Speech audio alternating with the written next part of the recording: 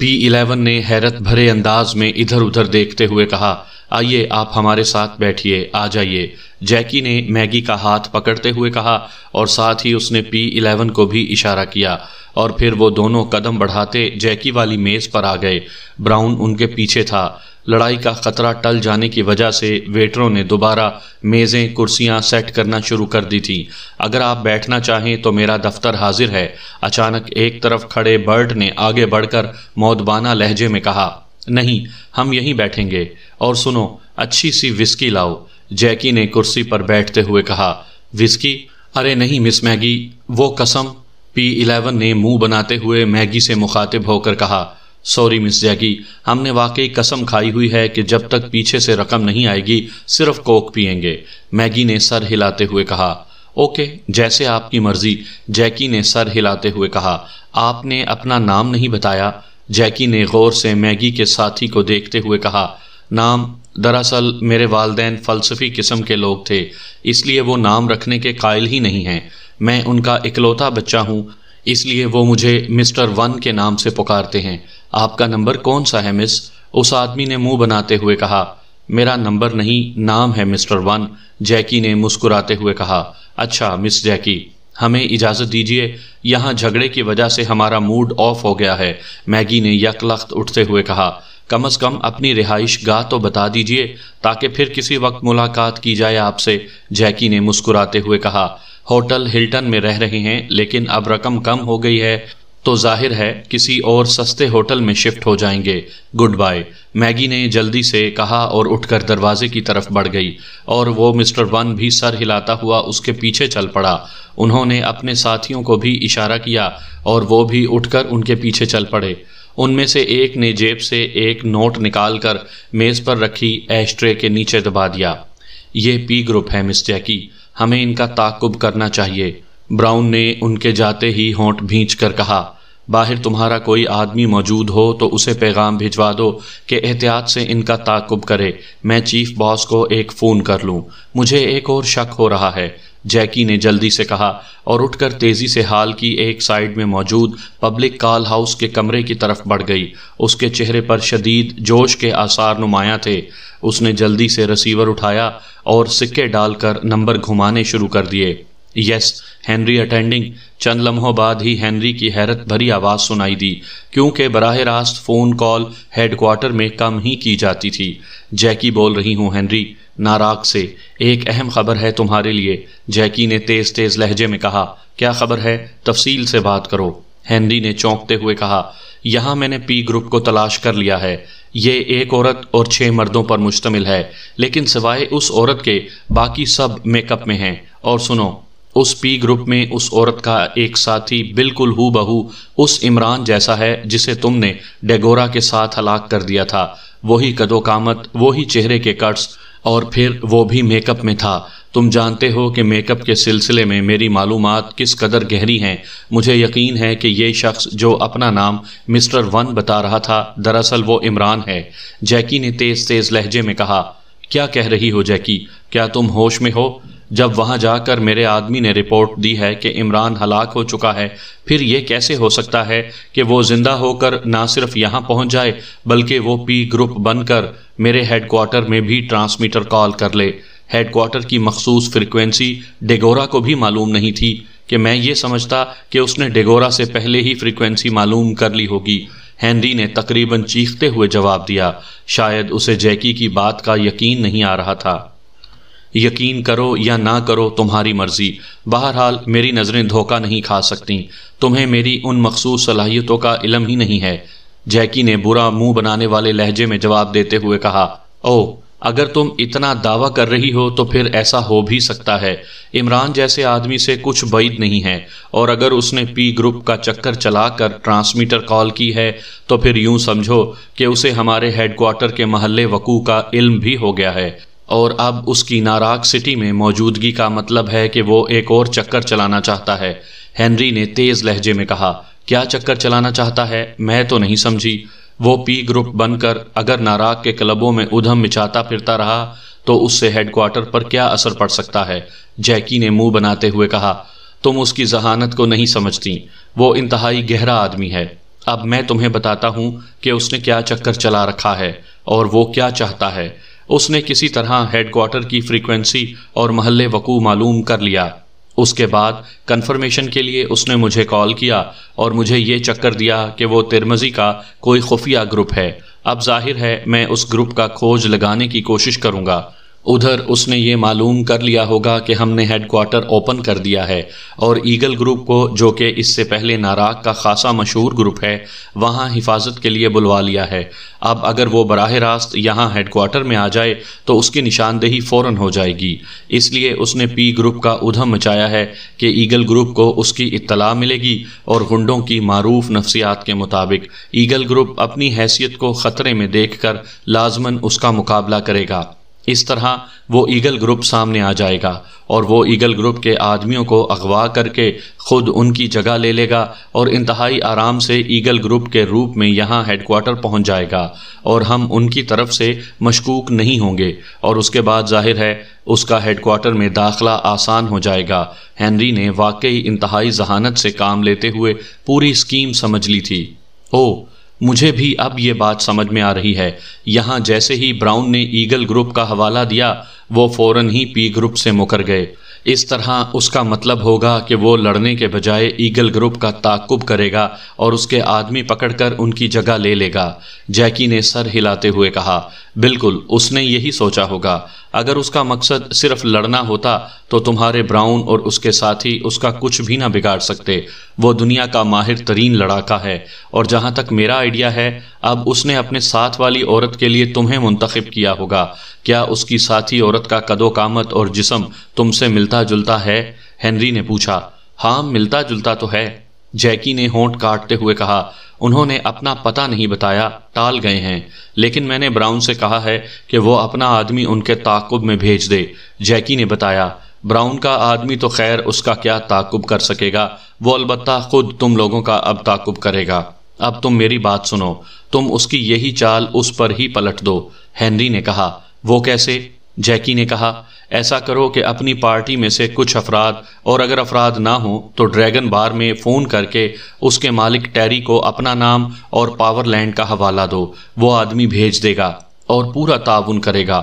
تم اپنی، براؤن اور جو ساتھی ان کی نظروں میں آ گئے ہیں ان کا خفیہ تعاقب اور نگرانی کرواؤ۔ پھر جیسے ہی وہ تمہیں اغوا کریں، تم معمولی سی جد و جہد سے اپنے آپ کو اغوا ہونے دو۔ اس کے بعد جب وہ تمہیں اپنے کسی مرکز میں لے جائیں تو اپنے نگرانی کرنے والوں کو ریڈ کوشن دے دو، وہ ان پر چڑھ دوڑیں گے اور تم بھی مقابلہ کرنا۔ اس طرح ان کا خاتمہ وہیں ہو جائے گا۔ اور سنو، اس عمران کو مشکوک ہونے کا ذرا سا بھی موقع نہ دینا، بلکہ جیسے ہی حملہ کرو بغیر کسی توقف کے اسے گولی مار دینا۔ تم نے ذرا بھی ڈھیل دی تو سچویشن بدل جائے گی۔ ویسے تم کہو تو میں خود تمہاری مدد کو آ جاؤں، حالانکہ میں یہاں سے نکل نہیں سکتا، ہنری نے کہا۔ ارے تم جیکی کو کیا سمجھتے ہو؟ تم اب دیکھنا کہ میں ان لوگوں کو کس طرح چٹکی میں مسل دیتی ہوں، جیکی نے کہا، اور ساتھ ہی ریسیور رکھ کر وہ بوتھ سے باہر آ گئی۔ براؤن اپنی میز پر موجود تھا۔ جیکی تیز تیز قدم اٹھاتی اس کے پاس پہنچ گئی۔ میں نے 2 آدمی ان کے تعاقب میں روانہ کر دیے ہیں، براؤن نے اس کے قریب پہنچتے ہی اسے اطلاع دی۔ میں نے چیف باس سے بات کی ہے، اب صورتحال بدل گئی ہے، میری بات غور سے سنو۔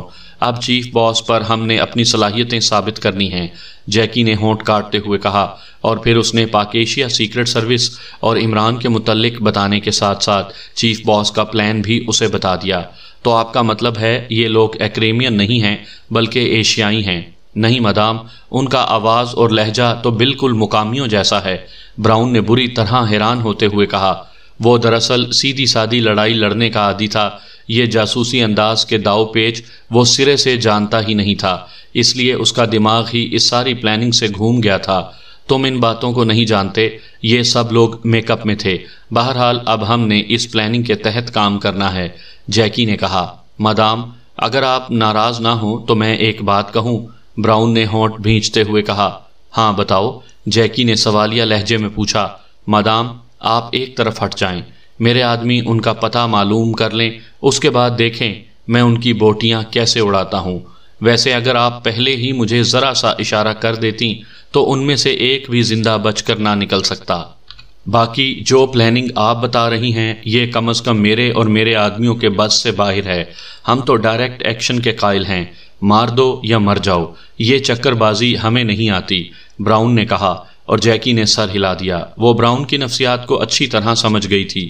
ٹھیک ہے، میں علیحدہ کام کروں گی، اس طرح زیادہ ٹھیک رہے گا۔ اگر تم انہیں نہ مار سکے تو میں ان کا خاتمہ کر دوں گی۔ اب مجھے ایک بار اور فون کرنا پڑے گا، تم میرے بوتھ سے باہر آنے سے پہلے بار سے باہر نہ جانا، جیکی نے کہا اور اٹھ کر دوبارہ بوتھ کی طرف بڑھ گئی۔ اس نے بوتھ میں داخل ہو کر ایکسچینج سے ڈریگن بار کا نمبر معلوم کیا اور پھر وہ نمبر گھما دیا۔ یس ڈریگن بار۔ رابطہ قائم ہوتے ہی دوسری طرف سے ایک بھاری آواز سنائی دی، ٹیری سے بات کرواؤ، اسے کہو کہ مادام جیکی پاورلینڈ۔ جیکی نے انتہائی تحکمانہ لہجے میں کہا، کیونکہ بہرحال وہ پاورلینڈ کی ڈائریکٹر تھی۔ او یس مادام، 1 منٹ ہولڈ کریں مادام، دوسری طرف سے بولنے والے نے بری طرح گھبرائے ہوئے لہجے میں کہا، اور جیکی کے لبوں پر فاتحانہ مسکراہٹ رینگنے لگی۔ یس ٹیری اٹینڈنگ اوور۔ چند لمحوں بعد ایک اور آواز سنائی دی، اس آواز میں بھی گھبراہٹ کا عنصر موجود تھا۔ مادام جیکی پاورلینڈ۔ جیکی نے اسی طرح تحکمانہ لہجے میں کہا، یس مادام، حکم فرمائیں مادام۔ ٹیری نے انتہائی مؤدبانہ لہجے میں جواب دیتے ہوئے کہا، سنو، یہاں ایک پارٹی آئی ہوئی ہے پاورلینڈ کے خلاف، میں نے اس کے خلاف ورک کرنا ہے۔ تم ایسا کرو کہ 10 افراد کو جو ہر قسم کے کاموں میں ماہر ہوں لے کر میرے پاس بلیو ربن بار میں پہنچ جاؤ۔ وہ پارٹی میرا تعاقب کرے گی اور ہم نے اس پارٹی کو گھیرے میں لے کر ان کا خاتمہ کرنا ہے۔ یہ پارٹی 1 عورت اور 6 مردوں پر مشتمل ہے اور انتہائی خطرناک لوگ ہیں۔ جیکی نے کہا، مادام آپ درمیان میں کیوں پڑتی ہیں؟ آپ اس پارٹی کی نشاندہی کر دیں، میرے آدمی انہیں چٹکیوں میں مسل دیں گے۔ ٹیری نے کہا، اسی نشاندہی کے لیے تو ساری گیم کھیلی جا رہی ہے، میری بات غور سے سن لو۔ میں جیسے ہی بلو ربن بار سے باہر نکلوں گی وہ پارٹی میرا تعاقب کرے گی اور ہو سکتا ہے مجھے اغوا کرنے کی کوشش کرے۔ میں معمولی سی جدوجہد سے اغوا ہو جاؤں گی، تمہارے آدمی اس دوران سائے کی طرح ان کے پیچھے رہیں گے۔ جیسے ہی وہ مجھے اپنے کسی مرکز میں لے جائیں گے میں تمہیں ریڈ کوشن دوں گی اور تم اپنے آدمیوں سمیت ریڈ کر دینا۔ جیکی نے کہا، مادام اس میں آپ کے لیے خطرہ ہو سکتا ہے، اس پروگرام کو دوسری طرح نہ پورا کر لیا جائے کہ جیسے ہی وہ پارٹی آپ کا تعاقب کرے ہم انہیں اغوا کر لیں اور پھر ان پر تشدد کر کے ان کا مرکز اور ان کے باقی آدمیوں کا پتہ معلوم کر کے ان کا خاتمہ بھی کیا جا سکتا ہے۔ ٹیری نے جواب دیا۔ ٹیری کا جواب بتا رہا تھا کہ وہ واقعی اس قسم کے کاموں کا ماہر ہے۔ او یس، یہ بھی ٹھیک رہے گا، لیکن پھر میرے خود سامنے آنے کی بھی ضرورت نہیں ہے۔ تم ایگل گروپ کے لیڈر براؤن کو جانتے ہو؟ جیکی نے کہا، یس مادام، نہ صرف براؤن کو بلکہ اس گروپ کے ہر آدمی کو جانتا ہوں۔ ایگل گروپ کو تو چیف باس ہنری نے ہیڈ کوارٹر طلب کروا لیا ہوا ہے۔ ٹیری نے جواب دیا، ہاں، وہ وہاں سے اپنے چند ساتھیوں سمیت میرے ساتھ یہاں واپس آیا ہے۔ یہ پارٹی ایگل گروپ کی تلاش میں ہے اور یہاں بلو ربن میں ان کا ٹکراؤ ہو چکا ہے۔ براؤن نے اپنے خفیہ آدمی ان کے تعاقب میں بھیجے ہیں، لیکن وہ لوگ انتہائی عیار اور چالاک ہیں، اس لیے شاید ہی ایگل گروپ کے آدمی ان کا پتہ حاصل کر سکیں۔ چنانچہ تم اپنے آدمیوں سمیت بلو ربن کے سامنے پہنچ جانا۔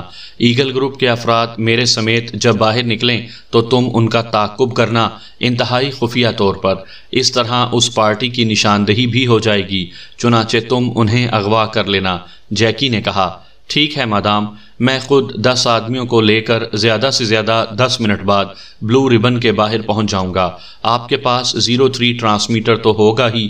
ٹیری نے کہا، ہاں، میری رسٹ واچ میں موجود ہے۔ جیکی نے جواب دیا، اوکے، میں 03 پر آپ کو اطلاع بھی دے دوں گا اور آئندہ کے لیے ہدایات بھی آپ 03 پر مجھے دیں گی۔ ٹیری نے جواب دیا، اوکے، اور سنو، میں نے گولڈن سکرٹ پہن رکھا ہے اور سر پر سرخ ربن ہے، یہ میری نشانی ہے۔ جیکی نے کہا، یس مادام، ٹھیک ہے، ہم پہنچ رہے ہیں، آپ بے فکر رہیں۔ ٹیری نے کہا اور جیکی نے اوکے کہہ کر ریسیور رکھا اور بوتھ سے باہر آ گئی۔ اب اس کے چہرے پر اطمینان کے آثار نمایاں تھے، کیونکہ ٹیری اسے صحیح آدمی لگ رہا تھا۔ وہ تیز تیز قدم اٹھاتی واپس براؤن کے پاس پہنچ گئی۔ مادام، اطلاع مل گئی ہے، یہ لوگ یہاں سے نکل کر سیدھے برکلے اسٹریٹ کی کوٹھی نمبر 220 میں گئے ہیں اور اب وہاں موجود ہیں۔ براؤن نے پرجوش لہجے میں کہا، تمہیں کیسے اطلاع ملی ہے؟ جیکی نے حیران ہوتے ہوئے کہا، میں نے ان کے تعاقب میں گارنر اور ٹام کو بھیجا تھا۔ گارنر نے ابھی فون پر اطلاع دی ہے، وہ دونوں اس کوٹھی کی نگرانی کر رہے ہیں۔ براؤن نے تیز لہجے میں کہا۔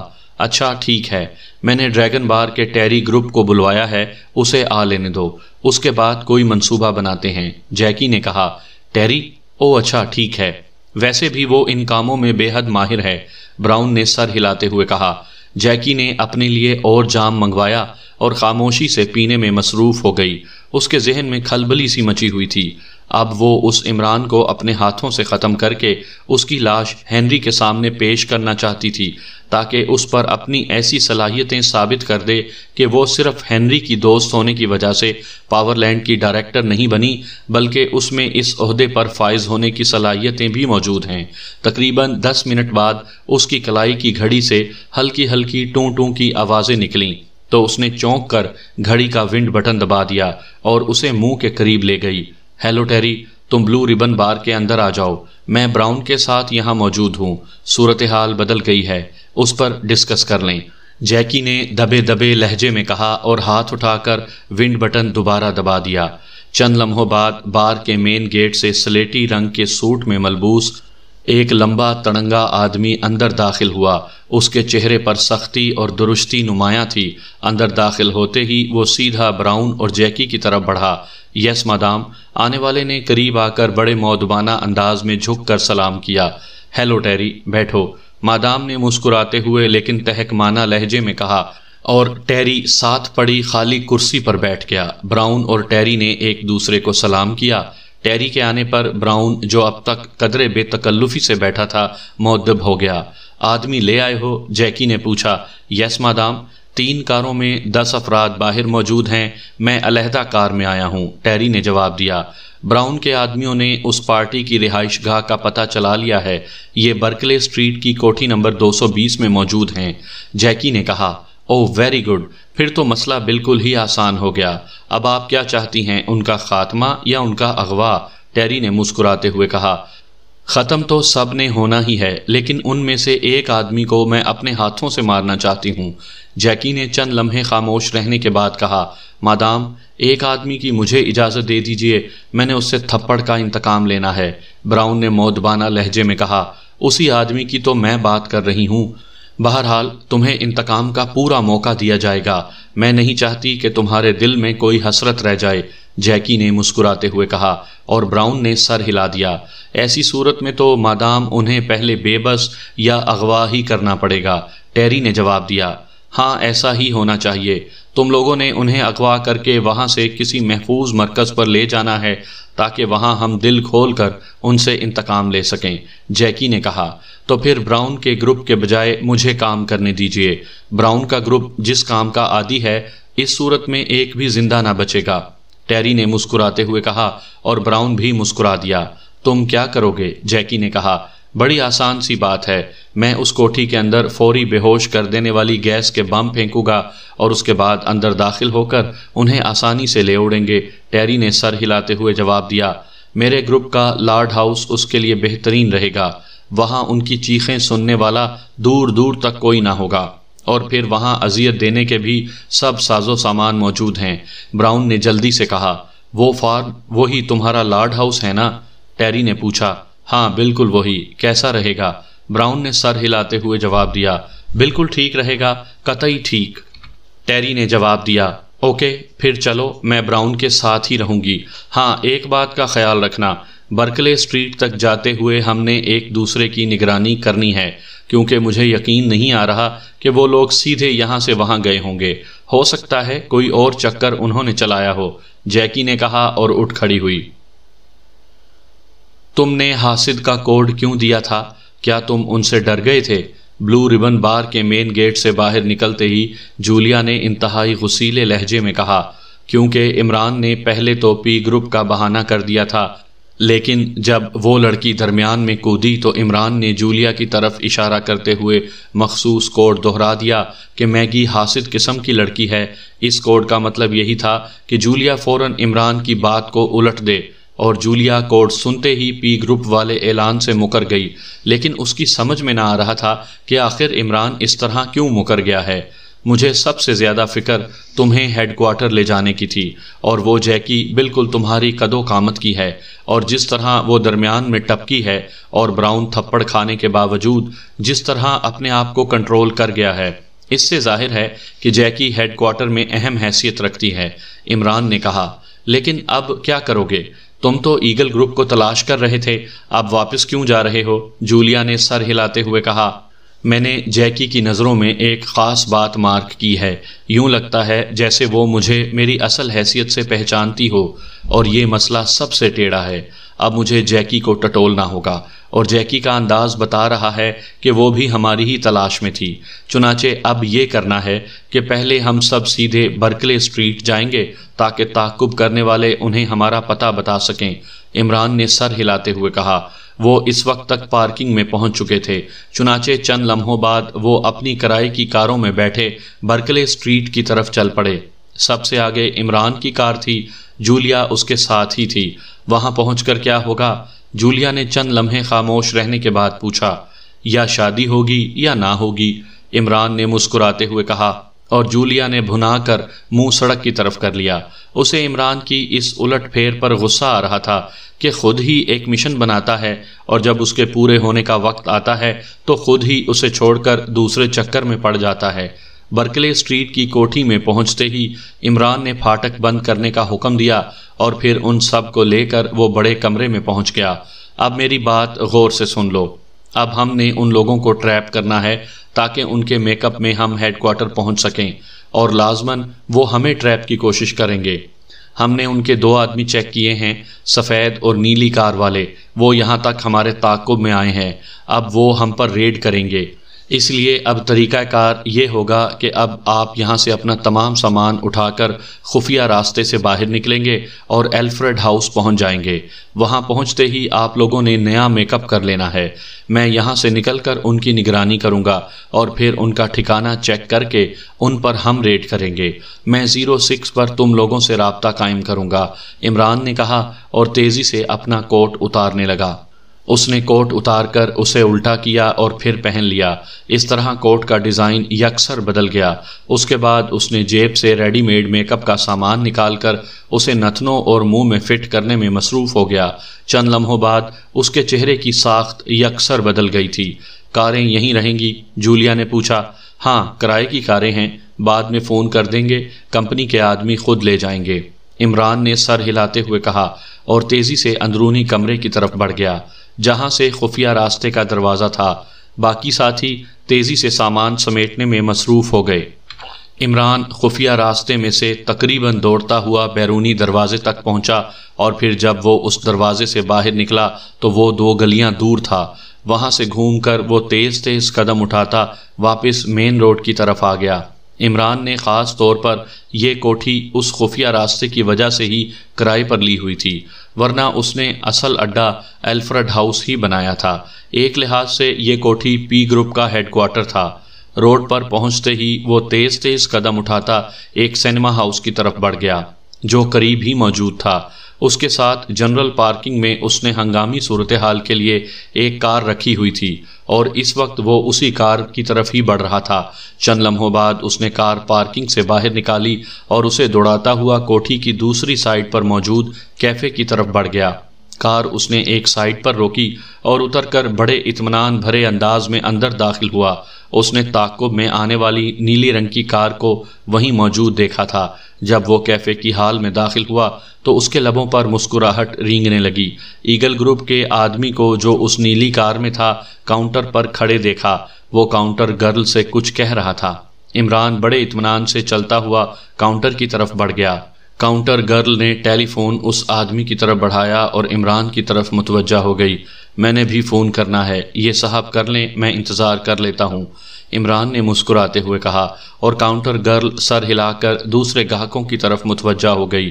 یس باس، میں گارنر بول رہا ہوں، وہ برکلے اسٹریٹ کی کوٹھی نمبر 220 میں گئے ہیں، اس آدمی نے دبے لہجے میں کہا جیسے کسی اور کو نہ سنانا چاہتا ہو، لیکن ظاہر ہے عمران کے کان اسی طرف لگے ہوئے تھے۔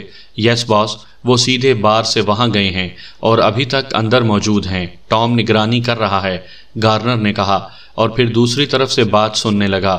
دوسری طرف سے آنے والی آواز گاہکوں کی بات چیت کی وجہ سے عمران تک نہ پہنچ پا رہی تھی۔ نہیں باس، اس کوٹھی کے عقب میں کوئی گلی نہیں ہے۔